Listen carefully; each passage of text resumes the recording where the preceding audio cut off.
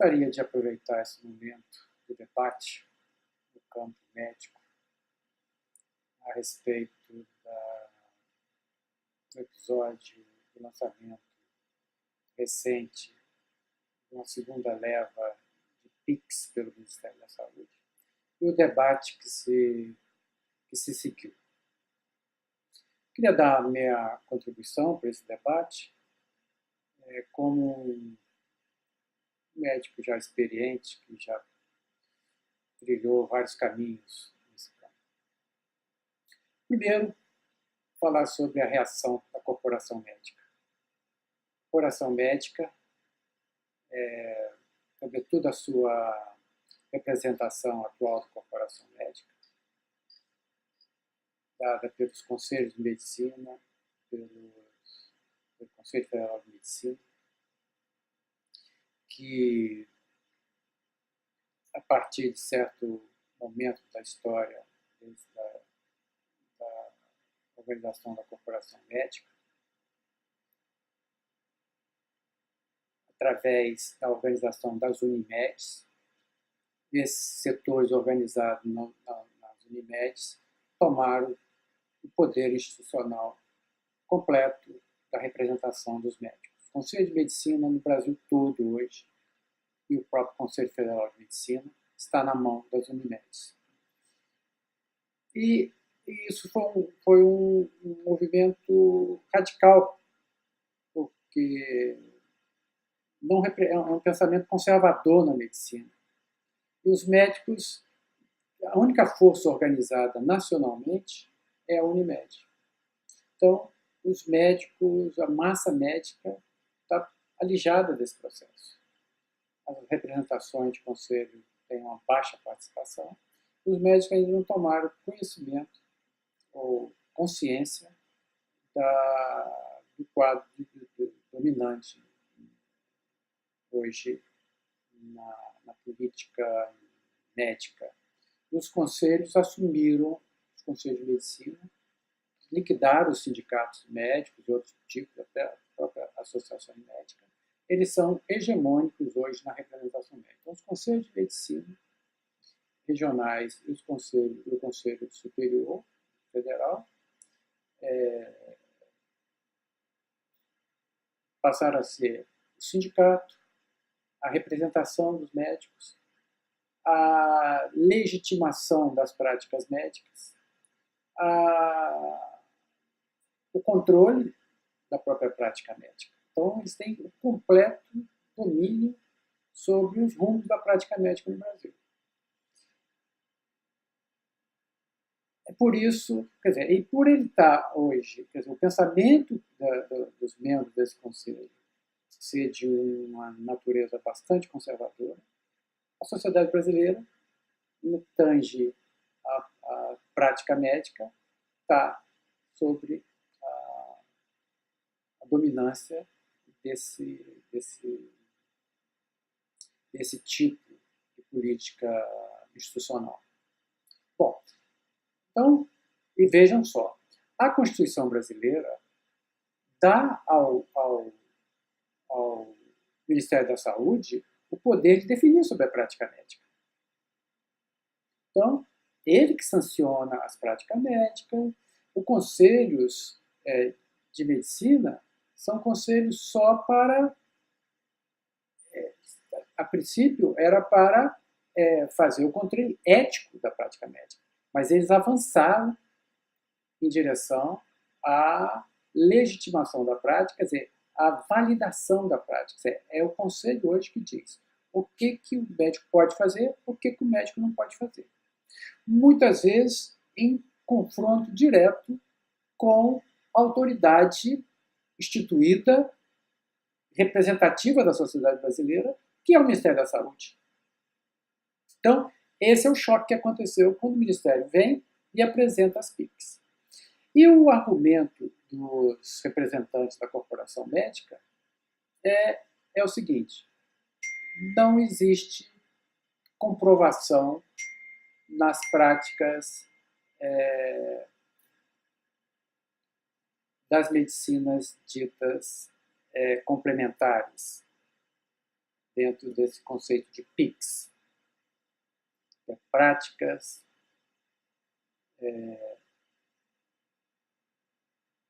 das medicinas complementares. Ora, a primeira coisa que nós devíamos questionar o nosso interlocutor no campo da medicina oficial é o que ele considera validação na medicina, o que ele considera que são práticas comprovadas. Diz, as práticas das medicinas complementares são práticas não comprovadas. Eu perguntaria ao representante do oficialismo, qual a comprovação que tem, por exemplo, o uso de anti-inflamatórios como se usa a medicina, na prática do dia a dia da medicina? Qual a comprovação que se tem do uso de antibiótico, que é quase 80% da prescrição médica em ambulatório, para as viroses respiratórias? Qual a comprovação que tem a prescrição das drogas de redutoras de colesterol a partir da sustentação da tese lipídica? Então, esse estudo de verificação de eficácia da prática médica, nós podemos dizer que 80% da prática médica corriqueira não tem comprovação. Logo, a medicina, onde 80% das suas práticas não foram comprovadas pelo que ela diz ser o método ouro da medicina, que são os chamados estudos duplos cegos randomizados, 80% da prática médica no dia a dia não foi submetida aos estudos duplos cegos. Isso é estudo oficial, consensual em quem avalia a prática médica no mundo todo. Então, 80% da prática médica oficial, da medicina oficial, não passou por nenhum tipo de comprovação. É que eles vêm dizendo da história das medicinas que passaram por estudo do cego, que eles chamam que é a medicina de protocolo, de evidência. E a evidência viria pelos estudos randomizados do cego. Então, nem 20% da prática médica passou por algum tipo de evidência. Logo, eles vêm contrapor as medicinas complementares como não observadoras. Ora, está jogando pedra no telhado de vidro. O seu telhado é de vidro. Não tem como esse argumento. A segunda questão vem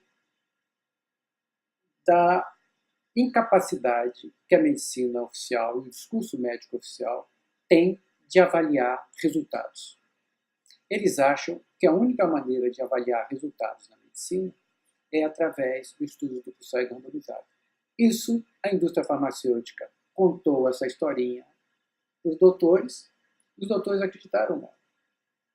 E os doutores, ao acreditar nesse conto de carochinha da indústria farmacêutica, que afirma que a única maneira, quer dizer, deixa implícito e acabou isso tornando uma norma na medicina, que é um único conhecimento válido na terapêutica médica, por exemplo, são os estudos duplo cegos randomizados. Quem pode fazer estudos duplo cego randomizados? Só os setores ou os pesquisadores financiados pela indústria farmacêutica. Porque um médico, no dia a dia da prática dele, ele não consegue fazer estudo duplo cego randomizado. E isso não quer dizer que o médico, através do estudo dos casos individuais, através da sua experiência, ele não possa produzir conhecimento e conhecimento de qualidade dentro da prática médica, dentro da prática terapêutica. Então, eu sempre falo, isso é um tiro no pé da própria medicina. Os médicos abriram mão da produção de conhecimento, entregaram ao nível central comandado pelas corporações, todo o processo de decisão sobre as práticas terapêuticas. E eles tornaram descartável, quer dizer, o médico não produz mais conhecimento na sua prática diária. Se ele produz, ele não pode divulgar. As revistas médicas não aceitam estudos que não sejam duplos cegos controlados. Essa é a ditadura que eu chamo de ditadura dos estudos duplos cegos controlados.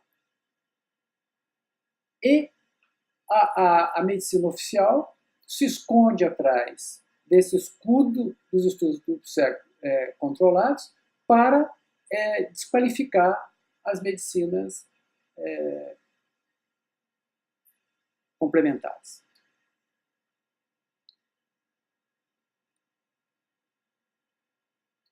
Quando o representante do oficialismo vem para o debate, ele diz: não, o Conselho já aprovou a homeopatia e a acupuntura, mas as outras não foram aprovadas pelo Conselho. O Conselho aprovou a acupuntura e a homeopatia num momento diferente, onde o Conselho ainda tinha representantes mais progressistas na sua representação. Se fosse hoje com esse Conselho aí, nem a acupuntura nem a homeopatia seriam aprovadas. Por quê? Elas incorreriam na mesma falta que as atuais medicinas complementares são acusadas pelo Conselho de não ter validação. Eu convidaria um membro do Conselho para passar 2 semanas apenas, 2 semanas, acompanhando um ambulatório de um médico que faça ozonioterapia, as várias formas de ozonioterapia. 2 semanas. Passa, é um desafio que eu faço. Passa e faça um controle de outra pessoa neutra, acompanhe junto. E simplesmente questione o paciente, pergunte ao paciente sobre o resultado da terapêutica. Porque medicina é resultado, terapêutica é resultado. E o resultado, o paciente verbaliza. O paciente verbaliza. A medicina não aceita a verbalização do paciente. A medicina oficial não aceita. Tem que ser estudo duplo cego randomizado, porque a verbalização do paciente ou o sentimento de melhora do paciente diz que pode ser do efeito placebo. O efeito placebo é um efeito também terapêutico. Que bom se os médicos produzissem efeito placebo na intensidade que ele tem para se produzir. Calcula-se que o efeito placebo tenha resultado, né, seja eficaz em 42% das pessoas, dependendo do approach médico, dependendo do carisma do médico. O efeito do médico tem que ser validado. A medicina coloca isso como no campo da não ciência. A ciência é só o resultado que está acima do placebo. Isso é um equívoco completo. O efeito placebo é parte do efeito terapêutico. Legítimo. Que bom que se os médicos pudessem potencializar os seus efeitos placebo. Na linguagem de médicos que trabalharam nisso, o Balint, por exemplo, fala assim: a principal substância que o médico tem é a substância chamada médico, porque ele tem o poder de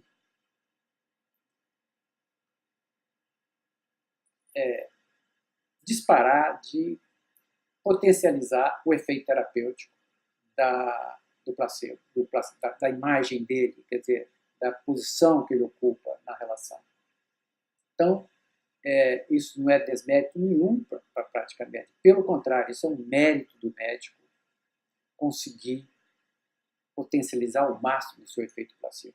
Dito placebo, mais um efeito terapêutico. O efeito placebo é efeito terapêutico. Isso tem que ficar claro e é importante que os médicos tenham essa noção. Agora eu gostaria dentro dessa mesma abordagem,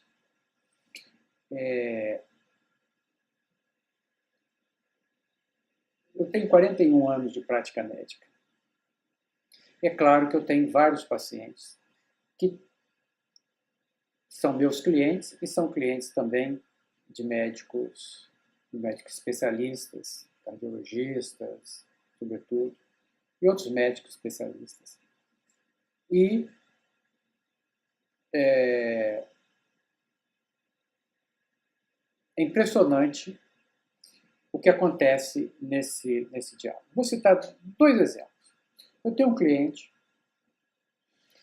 são 2 exemplos. O primeiro cliente é um cliente que, jovem, com 30 anos, ele teve um linfoma e fez quimioterapia, teve sucesso na quimioterapia, e aos 46, 48 anos, depois de uns 15, 18 anos depois da quimioterapia, ele desenvolve uma miocardiopatia.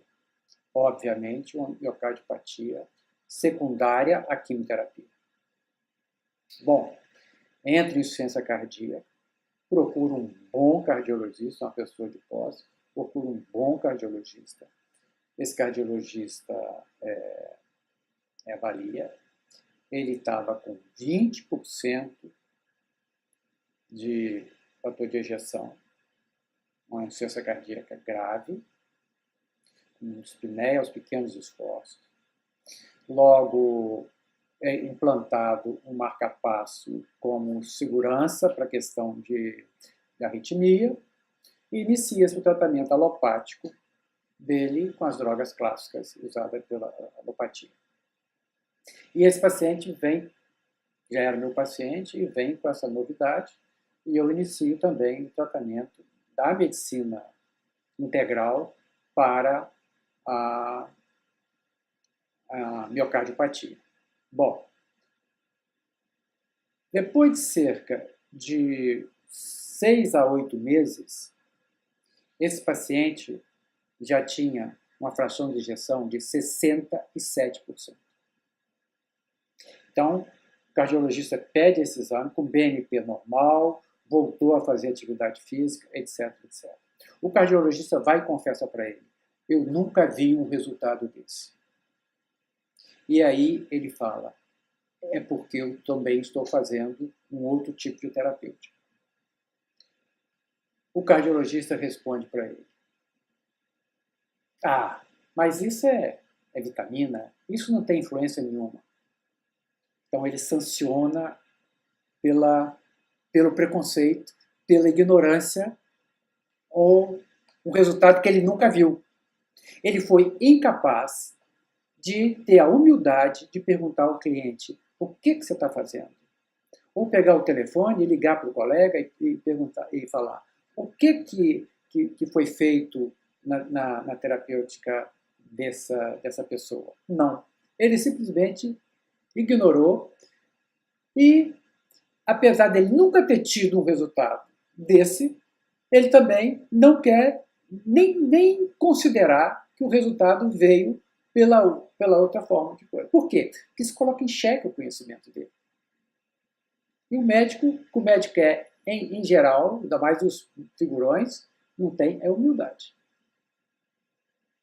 Então, esse é um primeiro caso. Mas eu tenho centenas.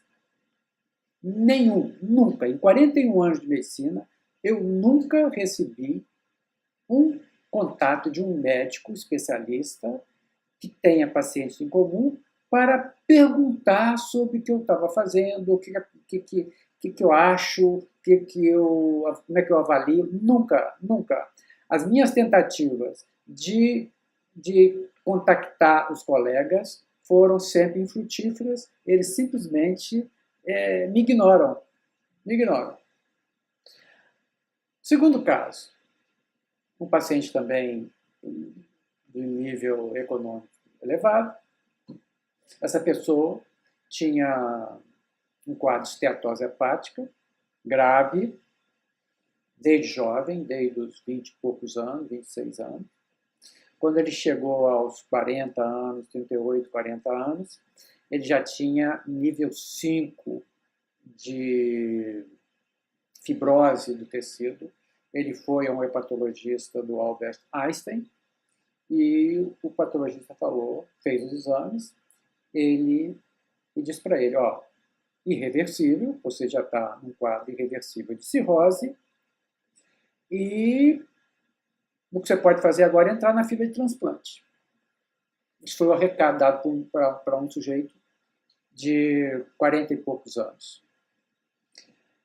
Esse cliente é meu cliente também, de longa data, e claro, com um estilo de vida muito estressado, de empresário, e bebendo, e todos os péssimo estilo de vida, sentiu o drama da situação, saiu desse consultório do doutor e falou assim, agora eu vou fazer aquilo que o doutor Eduardo sempre fala para eu fazer.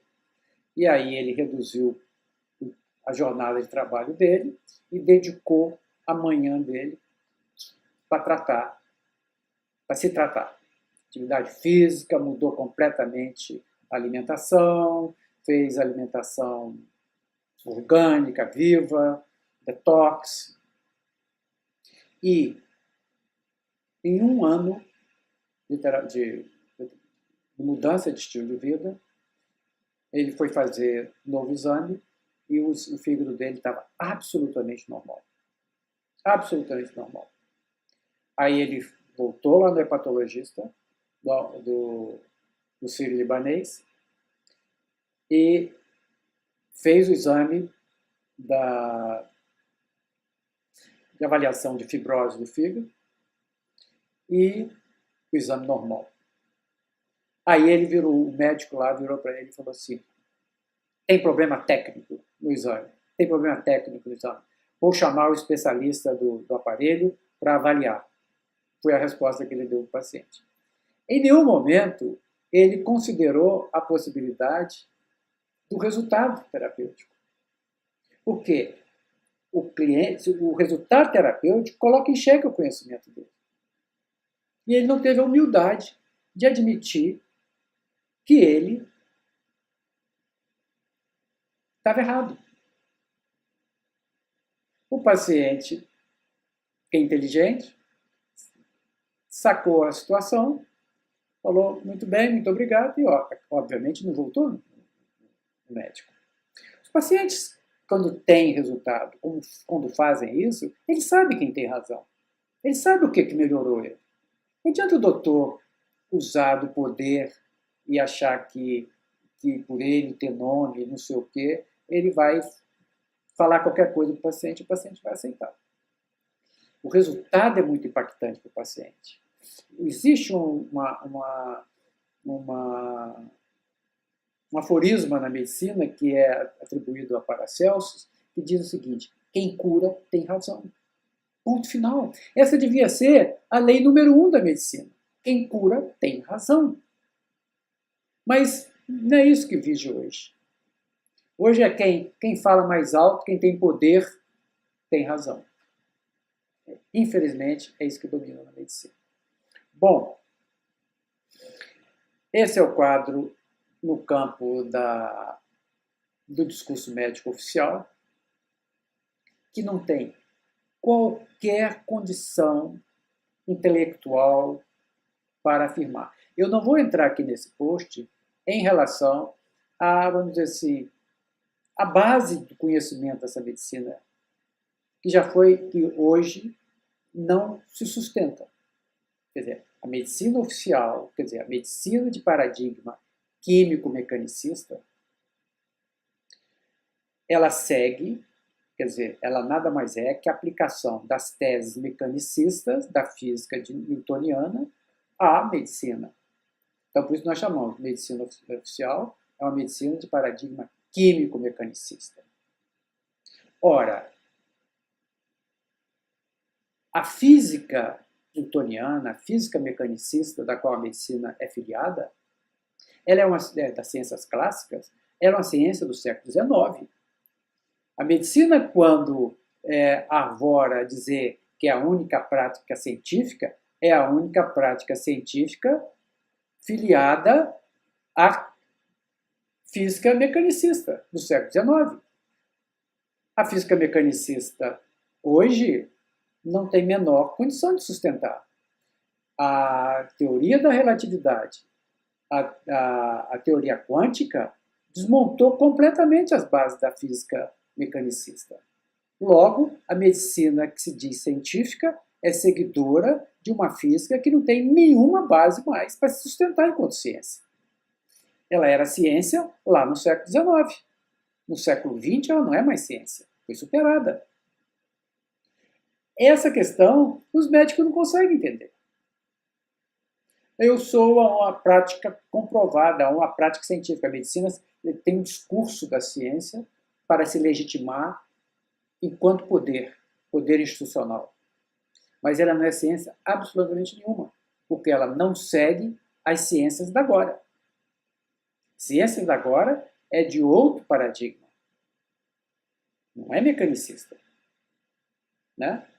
Quer dizer, a física quântica desmontou a física mecanicista. Não tem mais condição de ser sustentada.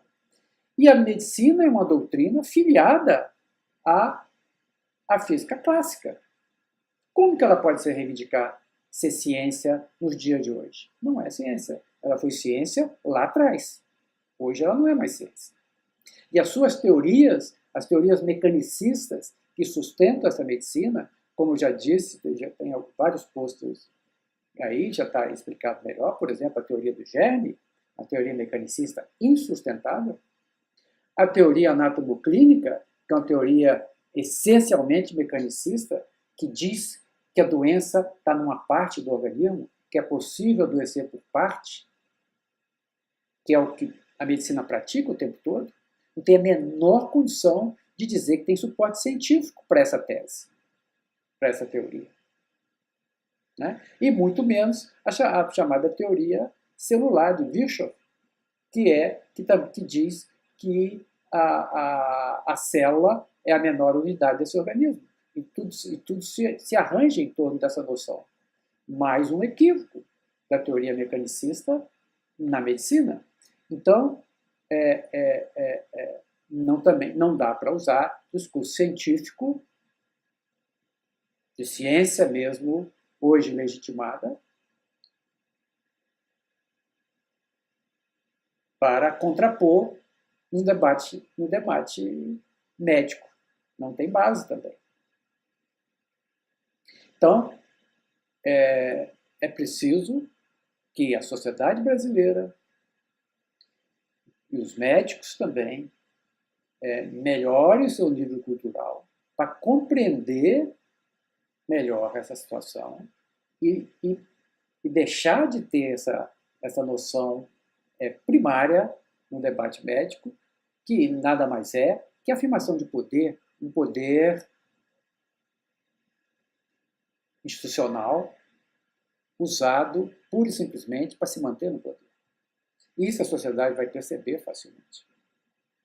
Então, é preciso que se areje as cabeças, que coloque informação, coloque cultura, coloque bom senso nisso aí, e que, sobretudo, a sociedade brasileira e a sua representação política no campo da saúde, que é o Ministério da Saúde, assuma o seu papel de legislar sobre prática médica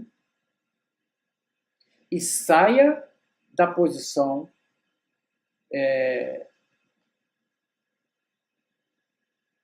de reboque que tem estado em relação à corporação médica. A vigilância sanitária, o setor de tecnologia do Ministério da Saúde, de práticas médicas do Ministério da Saúde, todos eles vinham se submetendo completamente às decisões, sobretudo do Conselho Federal de Medicina. O Ministério da Saúde tem autonomia política e institucional para legislar sobre prática médica. E assim deve ser feito. Por quê? A prática médica não interessa só à corporação médica. A prática médica interessa, sobretudo, à sociedade brasileira. E a sociedade brasileira não tem voz na instituição médica. Ela não tem voz. A única voz que ela tem é via representação política seja no Parlamento e no Ministério da Saúde, através da influência do Parlamento no Ministério da Saúde. Então, para democratizar esse processo de decisão, de arejamento da questão médica, da prática médica no Brasil, e, sobretudo, na quebra do monopólio da alopatia e da medicina mecanicista, é fundamental que abra os canais de debate e que as pessoas se informem e que o Ministério da Saúde, sobretudo, assuma o seu papel na definição. O grande erro nesse processo aconteceu com a lei do ato médico. A lei do ato médico, que foi sancionada pela presidente Dilma, foi um dos erros brutais desse governo, que mostra a pouca percepção do discurso da esquerda no campo da saúde, da dita esquerda no campo da saúde. A corporação médica fez lobby no Congresso, por décadas tentou passar a lei do ato médico e conseguiu passar e ser sancionado pela presidente Dilma, que simplesmente vetou os conflitos em relação às questões corporativas, da medicina invadindo a enfermagem, invadindo a fisioterapia, coisa parecida. Mas não vetou o principal que devia ser vetado. Foi no artigo 5 da Lei do Ato Médico, que confere ao Conselho Federal de Medicina aprovar ou proibir determinadas práticas médicas. Aí se deu o poder de definição da prática médica no Brasil ao Conselho Federal de Medicina. Foi essa lei que deu. Mas essa lei é inferior à Constituição. Essa lei é inconstitucional. E esse artigo, essa lei, precisa ser desfeita. Ou simplesmente ser ignorada e o Conselho e o Ministério da Saúde legisle sobre prática médica e criam a situação de fato. Então, é importante que esse debate que as PICs provocaram venha e essa coisa se esclareça. Não se pode entregar o futuro da prática médica na mão de uma corporação. Não pode. Nem médica, nem qualquer outra corporação. As práticas médicas, a prática médica é uma prática social, pertence a uma cultura, pertence a uma sociedade, e cabe a essa sociedade manifestar as suas preferências, manifestar os seus interesses. Agora eu gostaria de fazer uma contribuição em relação ao pessoal que está no campo das práticas complementares. Eu tenho mais de 30 anos de experiência nas práticas complementares. Eu liderei uma equipe que trabalhou por 16 anos numa unidade médica em Niterói, uma unidade docente que tinha a opção preferencial de formar clínicos gerais, médicos para o sistema, para o SUS, para o nível primário de atendimento. E nós tivemos um sucesso bastante razoável na formação de clínicos gerais para medicina, que a gente chamava de medicina geral e comunitária na época. Depois veio o nome medicina de família. Mas nós formamos durante 15 anos médicos gerais para atenção primária à saúde. E chegamos a ter o sucesso de onde 10% dos médicos na época do internato optavam por fazer a formação em médico geral. Isso é muita coisa. Se for ver hoje, nem 0,5% optam por clínico geral. Nós temos a demanda enorme desse recurso humano. Nós montamos um SUS e nos preocupamos da questão do recurso humano. Ora, queridos, a saúde é uma questão de recurso humano. Essa história que fica com tecnologia, é conversa fiada. Saúde é recurso humano. E no nível primário, mais ainda. Mais ainda. Nós não tivemos preocupação nenhuma em formar médicos no primeiro nível do sistema, porque a faculdade não forma isso. Faculdade forma médicos. Forma não. Dá noções para médico especialista, alopata, usuário intensivo de prescrição de drogas e exames complementares. Isso é uma tragédia quando esse profissional vai para o primeiro nível de saúde. Que digam os prefeitos das nossas cidades. O principal problema de um prefeito hoje é com o setor saúde. Ele não tem informação, ele não tem cultura, os seus médicos também não têm, e ele não consegue dar conta da organização da atenção primária à saúde, simplesmente não tem recurso humano para isso. Então, eu tenho uma experiência razoável nisso, e eu montei eu e a minha equipe, claro, montamos uma unidade de saúde, onde o cliente chegava, era atendido por várias medicinas ditas complementares e saía da unidade com o medicamento prescrito, produzido na unidade. 85%. 85% dos pacientes que buscavam a unidade eram atendidos por clínicos que tinham conhecimento de várias medicinas complementares, e ele saía dali com a prescrição, ia na farmácia do posto e levava o medicamento produzido no posto.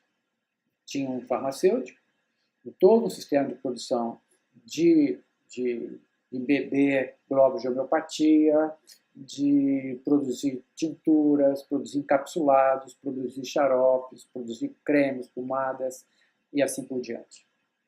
Num custo muito baixo. Então, eu digo que eu tenho experiência nesse campo.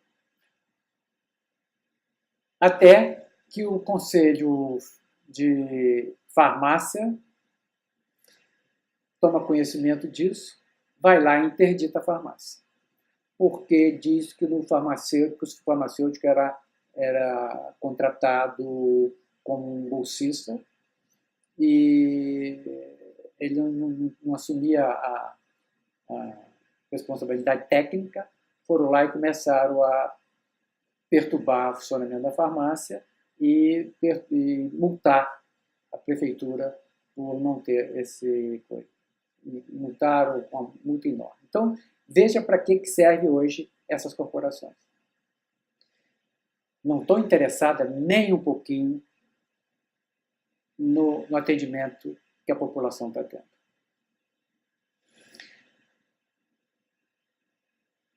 Feito esse parênteses, a partir da minha experiência, eu também dizia que eu estava praticando lá medicina complementar.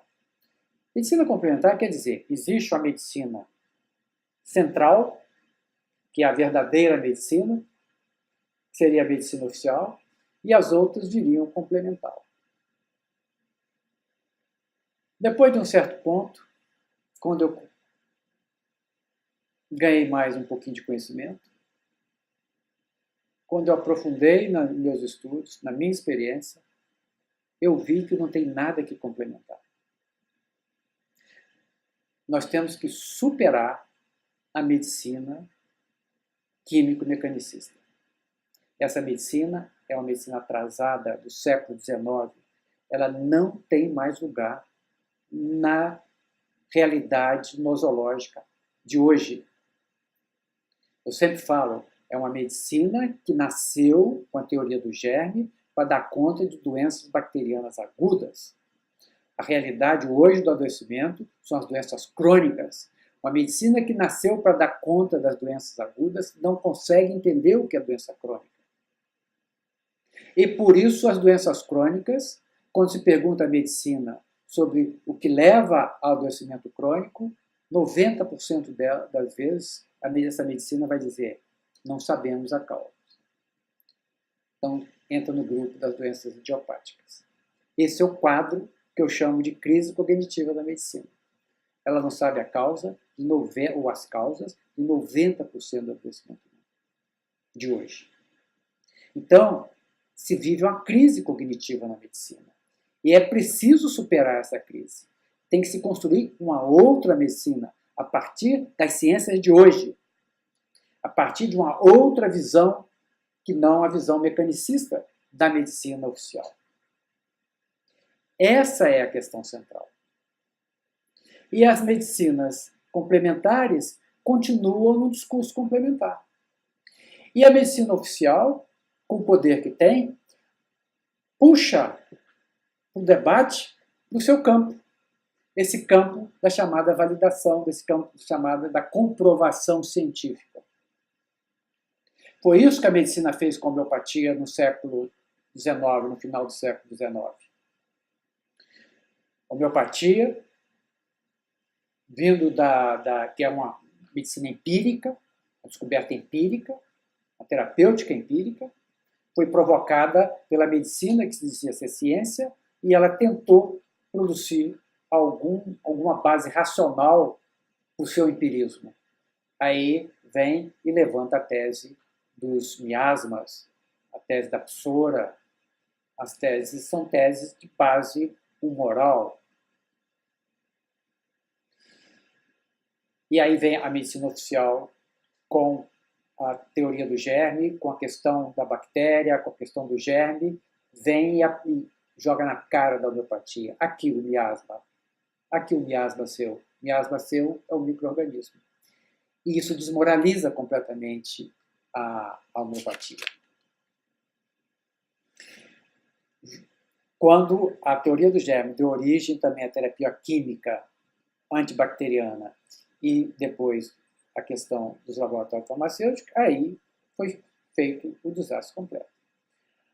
A homeopatia tinha que assumir que ela é uma medicina empírica, com resultados, que naquele momento ela não tinha condição de explicar qual eram as bases do funcionamento do medicamento homeopático. Hoje se tem.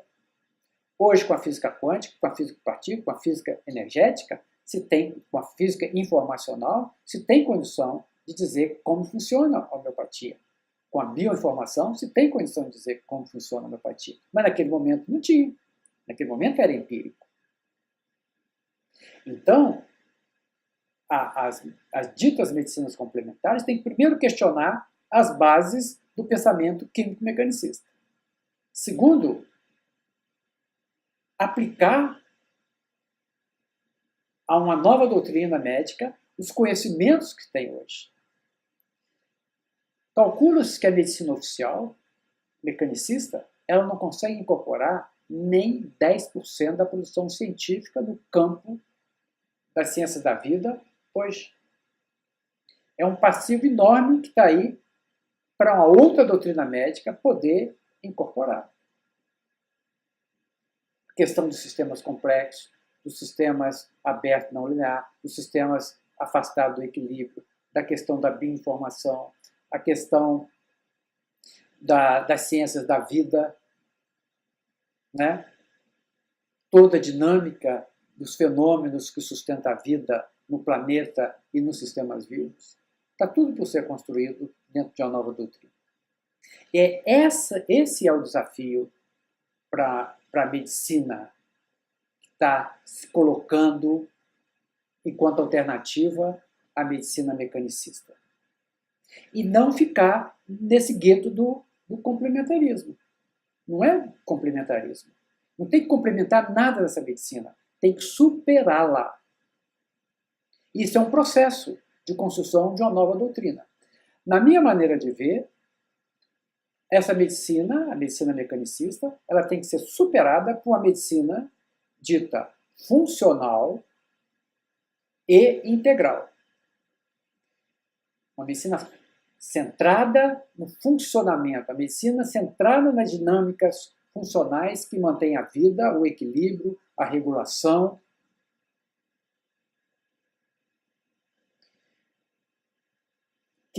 que dê suporte aos grandes sistemas vitais desse organismo, desse sistema vivo, como o microbioma, como a informação, abordando esse sistema como um sistema altamente complexo, com alta capacidade de regulação, com alto grau de coerência, o alto grau de organização.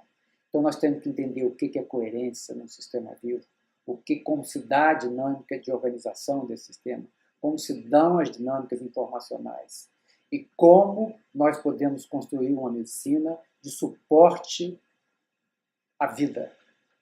Nós vivemos hoje uma enorme pressão sobre a vida no planeta e sobre o nosso organismo. É isso que está levando ao adoecimento humano.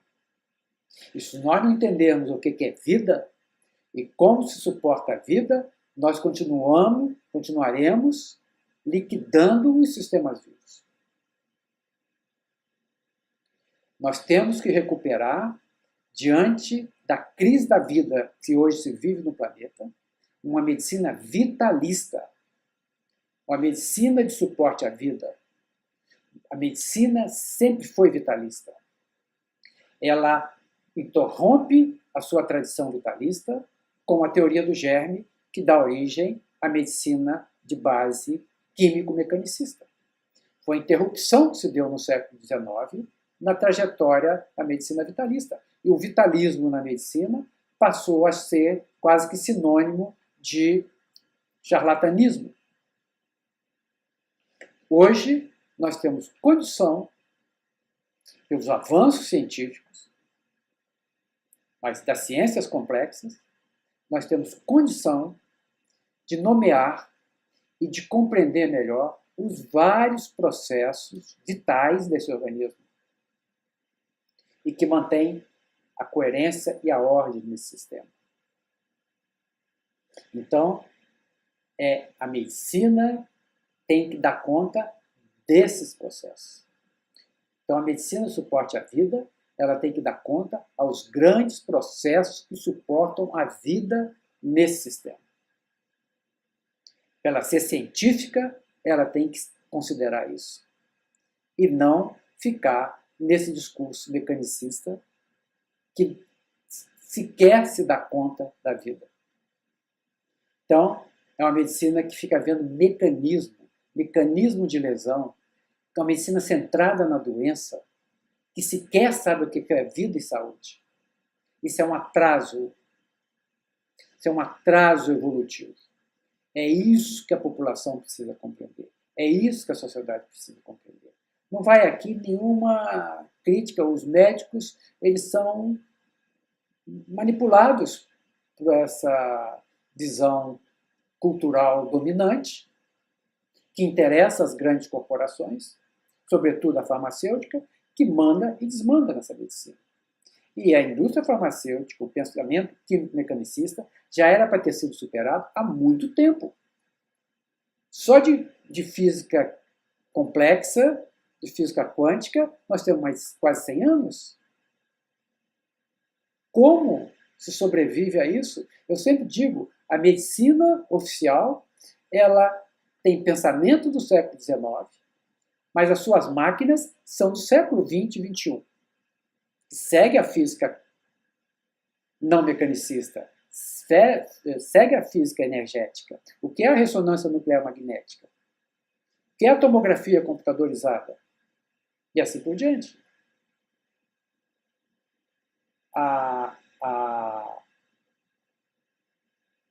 Esse é o pensamento médico, ele tem que estar na mesma sincronia hoje das ciências que produziram as suas máquinas. E isso não existe. Isso não existe. Precisamos avançar no paradigma médico. Esse paradigma médico que está aí, essa noção médica que está aí, é um atraso cultural. E é preciso superar esse atraso. E atraso não se vence com tecnologia. Atraso se vence com superação de paradigma, com superação de sistema de pensamento. Então, Essa é a minha contribuição para esse debate.